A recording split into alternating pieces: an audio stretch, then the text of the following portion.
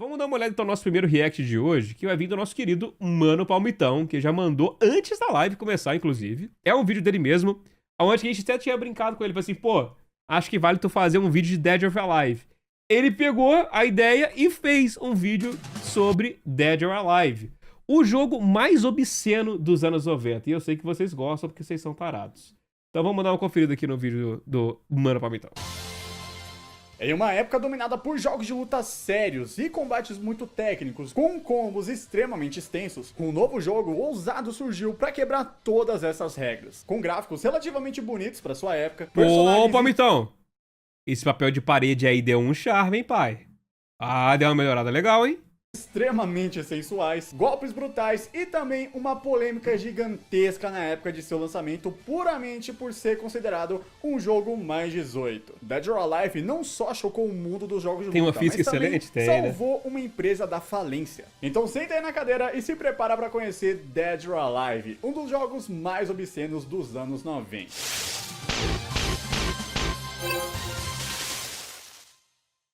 Olá, campeões do Punho de Ferro, tudo bem com vocês? O meu nome é Gabriel e no vídeo de hoje, galera, nós vamos comentar aqui com vocês sobre Dead or Alive, vamos comentar sua época de desenvolvimento, quais foram as ideias da Tecmo, por que que esse jogo salvou a empresa da falência e vamos... Por quê? Por quê, clã? Antes da gente descobrir o motivo, por que vocês acham? Comenta aí. Contar muitas curiosidades aqui durante o desenvolvimento e também sobre a recepção da galera na época. Então é claro, já vai deixando seu gostei aí embaixo, se inscreve no canal, ativa o sino, me siga nas redes sociais e vamos lá, meu povo! Gameplay muito boa, tinha muita física. E bom, o primeiro Dead or Alive nasceu de uma necessidade extremamente Cinematografia. urgente. A Tecmo estava passando por vários problemas financeiros na época e precisava de dinheiro para competir com os gigantescos da era 3D, como Virtua Fighter e Tekken, por exemplo, como também gerar um grande impacto no seu lançamento e conseguir um lucro gigantesco para a empresa, que estava à beira da falência. Então uma figura extremamente importante surge a partir daqui. Tomonobu Itagaki, que tinha iniciado a sua carreira na Tecmo como um programador de gráficos, acabou dando a ideia de um novo jogo de luta para competir com os titãs da era 3D da década de 90. E com isso, ele começou a dar ideias de como seria esse jogo. Então o jogo, que futuramente se tornaria o Dead or Alive, começou com dois pilares principais: acelerar o ritmo de combate, onde Itagaki queria uma experiência mais fluida e menos técnica do que a de Virtua Fighter e Tekken, por exemplo. E também um apelo visual forte, onde não só os gráficos, mas também o carisma dos personagens seriam um ponto muito alto. Além de, Cara, é um visionário mesmo, né? Não tem jeito. claro, os seus designs corporais, digamos assim.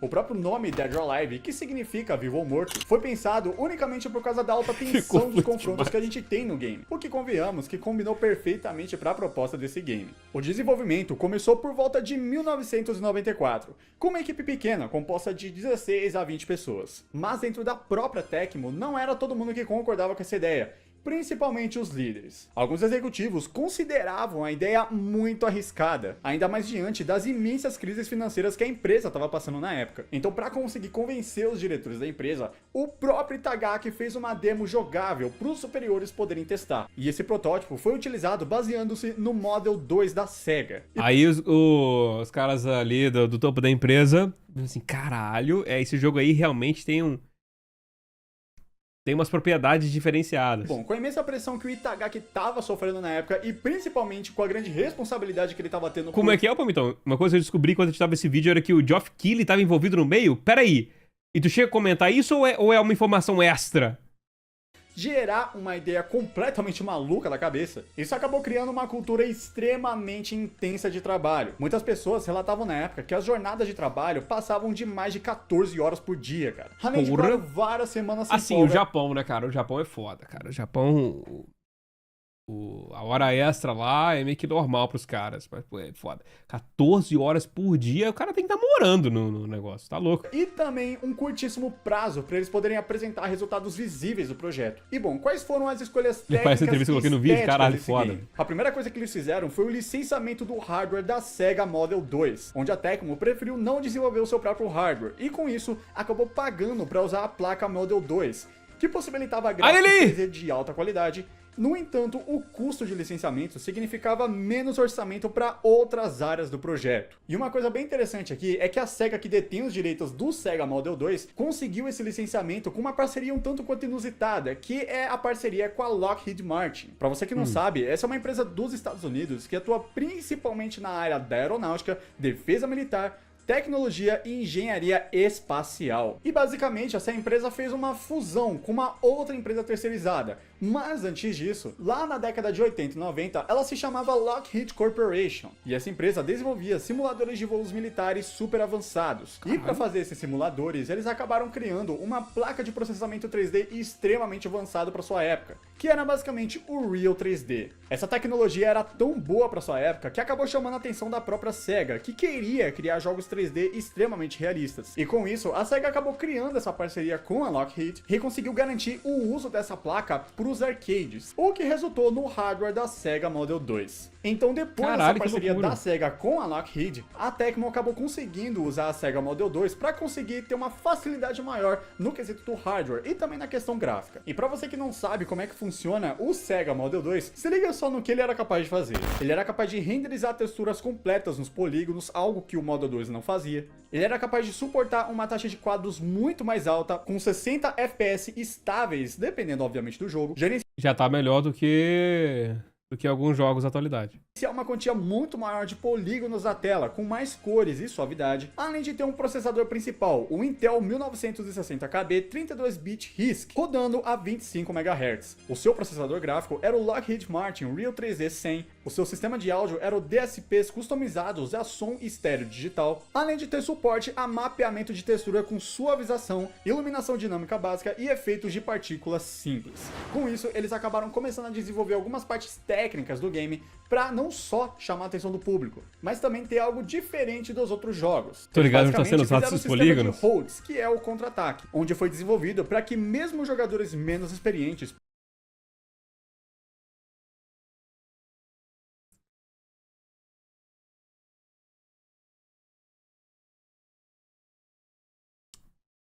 Cara, vocês viram isso? Não, peraí, vocês não viram?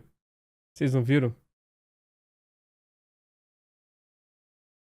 Basicamente fizeram um sistema de holds, que é o contra-ataque, onde foi desenvolvido para que mesmo jogador... Caralho, inacreditável, cara. Porra, esse jogo desde o começo já tinha, meu irmão. Menos experientes pudessem se defender de ataques, incentivando estratégias reativas ao invés de combos. Foi assim que o jogo foi feito. Eles também criaram as Danger Zones, um sistema de áreas explosivas no cenário, que foi uma ideia criada pelo próprio Itagaki, para que o ringue de combate influenciasse diretamente o resultado das lutas, algo que os jogos 3D ainda não exploravam muito na época. O seu estilo visual foi algo totalmente diferente dos gráficos duros de Virtua Fighter. Itagaki insistiu... Pera... Ô, Barridão, é foda! Ai... Dead or Alive deveria ter movimentações corporais suaves e personagens mais expressivos, com roupas totalmente estilizadas e modelagens anatômicas realistas. Isso explicaria do porquê que as garotas do jogo possuem tanta física aplicada em algumas partes do seu corpo, se é que você me entende. Além disso, o jogo também teve muitas influências culturais, porque o Itagaki queria que Dead or Alive tivesse personagens mais internacionais, incorporando várias nacionalidades diversas para dar mais apelo global ao título. Além disso, para conseguir gerar muito mais impacto do que os outros jogos. E o pior é que essa coisa aí, ela funciona, né? De você botar personagens de várias nacionalidades. A gente, cara, instintivamente a gente torce pro personagem que tem a nossa nacionalidade. Tipo, porra, quem é que não ficava maluco com o Ed no Tekken, tá ligado? O pessoal via e falava assim, caralho, pô, personagem brazuca, muito foda. Ou, pô, quando tinha falado do Blanca, a gente achava que, pô, Blanca do Brasil, né? Mas a gente vê que, na verdade, não exatamente. Mas tinha essa parada, né? Do Blanca tá no Brasil e tal. Então, isso funciona muito certo. Eu torcia contra, caralho. A própria Tecmo e o próprio Itagaki começou a gerar planos pros próprios personagens, tanto decidindo como eles iriam aparecer e também quem iria aparecer. A Kazumi, como a personagem principal, foi escolhida pelo próprio Itagaki como a face da série, porque ele acreditava que uma heroína forte e bela teria um apelo muito maior no Japão quanto no ocidente. A inserção do próprio Ryu Hayabusa da franquia Ninja Gaiden também foi uma escolha estratégica. Ele foi escolhido para criar uma ponte com a popularidade do próprio game, além de dar mais peso ao universo de Dead or Alive. O jogo também teve um polimento visual, onde mesmo com um orçamento baixo, a equipe investiu muito tempo. A crítica do Tecnologia Nacionalidade Brasileira, aquela Tech Revolution, esse jogo ela ganhou do Live Nacionalidade BR. Top! Isso, claro, exigiu várias séries de truques de câmera, além de, claro, várias técnicas de texturização inventiva. E bom, com o protótipo feito, eles acabaram mostrando pros superiores da Tecmo. Isso, claro, conseguiu convencer todo mundo a botar um pouco mais de fé no projeto do Itagaki. E com isso, o desenvolvimento foi progredindo e mesmo com os gigantescos da época dominando o universo dos jogos 3D, eles ainda tinham fé que o jogo ia ser um imenso sucesso.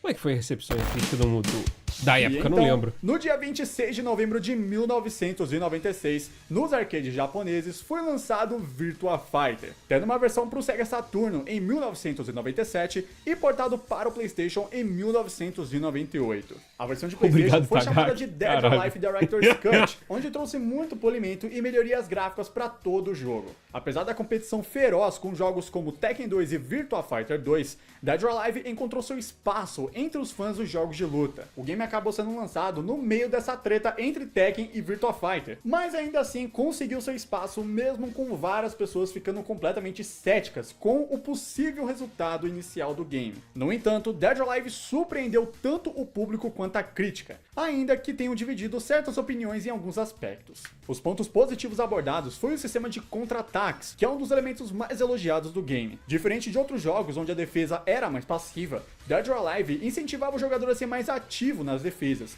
revidando golpes com extrema precisão, e isso dava ao jogador uma camada estratégica diferenciada e acessível tanto para os novatos.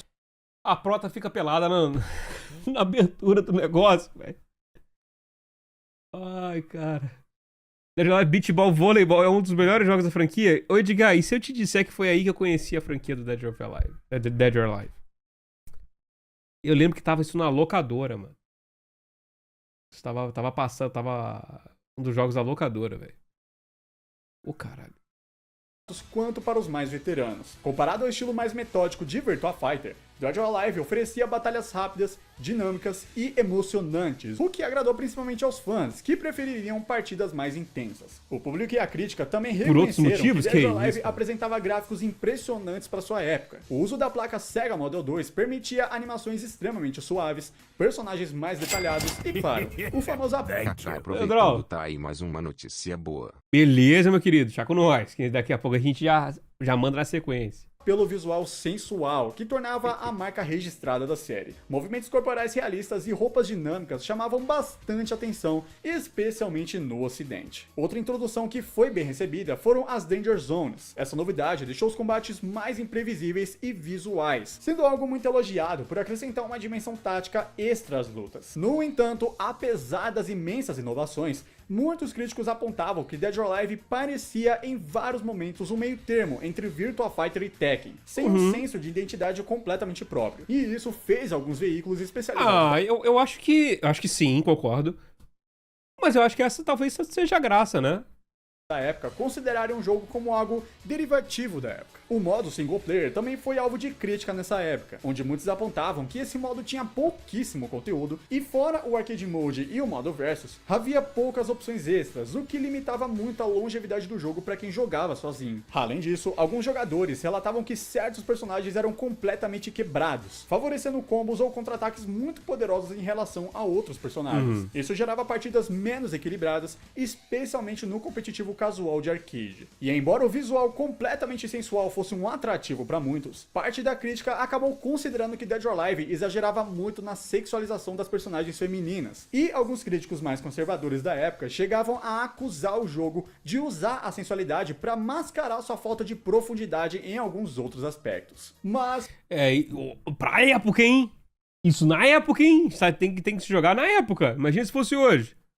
mesmo com as imensas críticas que o jogo sofreu e principalmente com a imensa sexualidade que as personagens femininas tinham, esse game acabou sendo um imenso sucesso entre muitas pessoas. Hoje seria muito cancelado, o que acabou gerando um lucro gigantesco pra Tecmo. Agora, Palmitão, quanto que foi o último Dead or Alive que saiu? Qual foi a data de lançamento dele? Faz tempo que eu não ouço falar de Dead or Alive. Da falência e também de brinde, trazendo várias pessoas para virarem fãs da franquia. É claro que o jogo não destronou Tekken ou Virtua Fighter, mas conquistou seu próprio espaço fiel, o que acabou fazendo com que ele ficasse marcado nos corações de várias pessoas, e até hoje tem muita gente que simplesmente ama esse jogo. Seja pelo fato do combate, seja pelo fato da imensa sexualidade que eles apelam realmente pra esse jogo. Saiu recentemente, mas não é de luta. Cara, o que importa é que Dead or Alive é uma franquia de imenso sucesso até hoje. E, cara, até hoje é um date simulator. Que adora esse jogo. Mas agora eu quero saber da sua opinião aqui embaixo, beleza? O que você acha de Dead or Alive? Sabia de todas essas curiosidades sobre o game? Você sabia que se não fosse por esse jogo a Tecmo teria falido? Deixa aqui nos comentários, beleza? E também já vai deixando seu gostei aí embaixo, se inscreve no canal, ativa o sino, me siga nas redes sociais e ó, caso queira fazer uma doação financeira, meu LivePix tá passando na tela e tem link na descrição. Eu espero que vocês tenham gostado do vídeo de hoje, um grande abraço, valeu, falou e até o próximo vídeo, meu povo. Fui!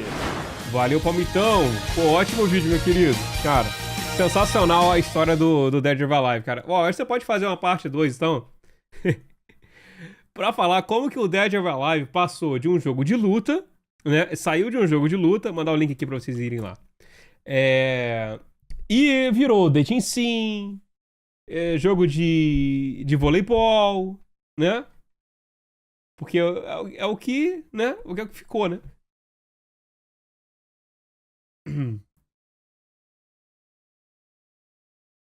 De luta mesmo vai fazer uns 6 anos desde o último.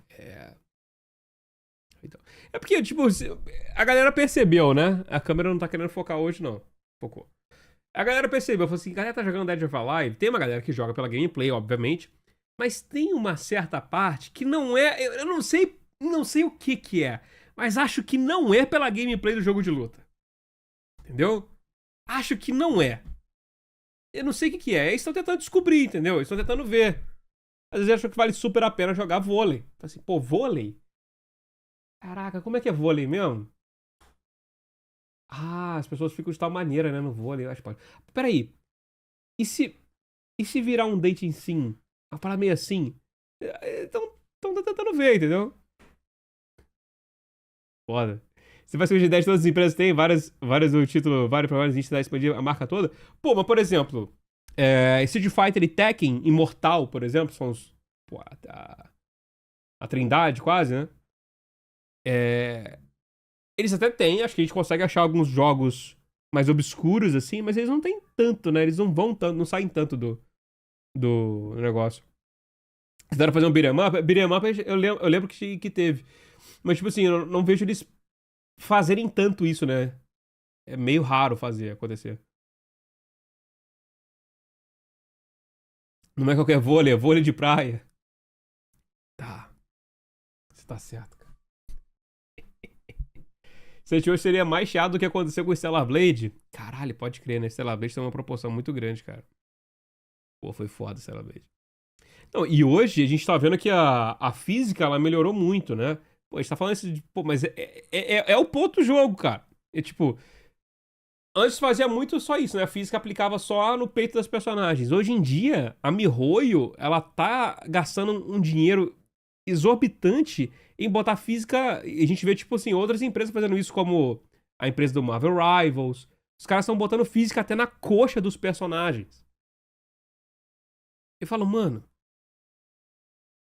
Eles gastaram dinheiro pra poder fazer uma programação pra isso ficar bom, entendeu? Que loucura, cara. A física da Lucy no GTA 6 tá absurda também. Pô, não percebi essas físicas que vocês estão falando, mas eu percebi a física do cabelo. A física do cabelo também é uma coisa que é difícil fazer. E eu acho que o GTA vai ter um dos melhores cabelos que a gente vai ver no videogame, viu? Acho que vai ser uma das melhores físicas de cabelo que nós vamos ver em videogame.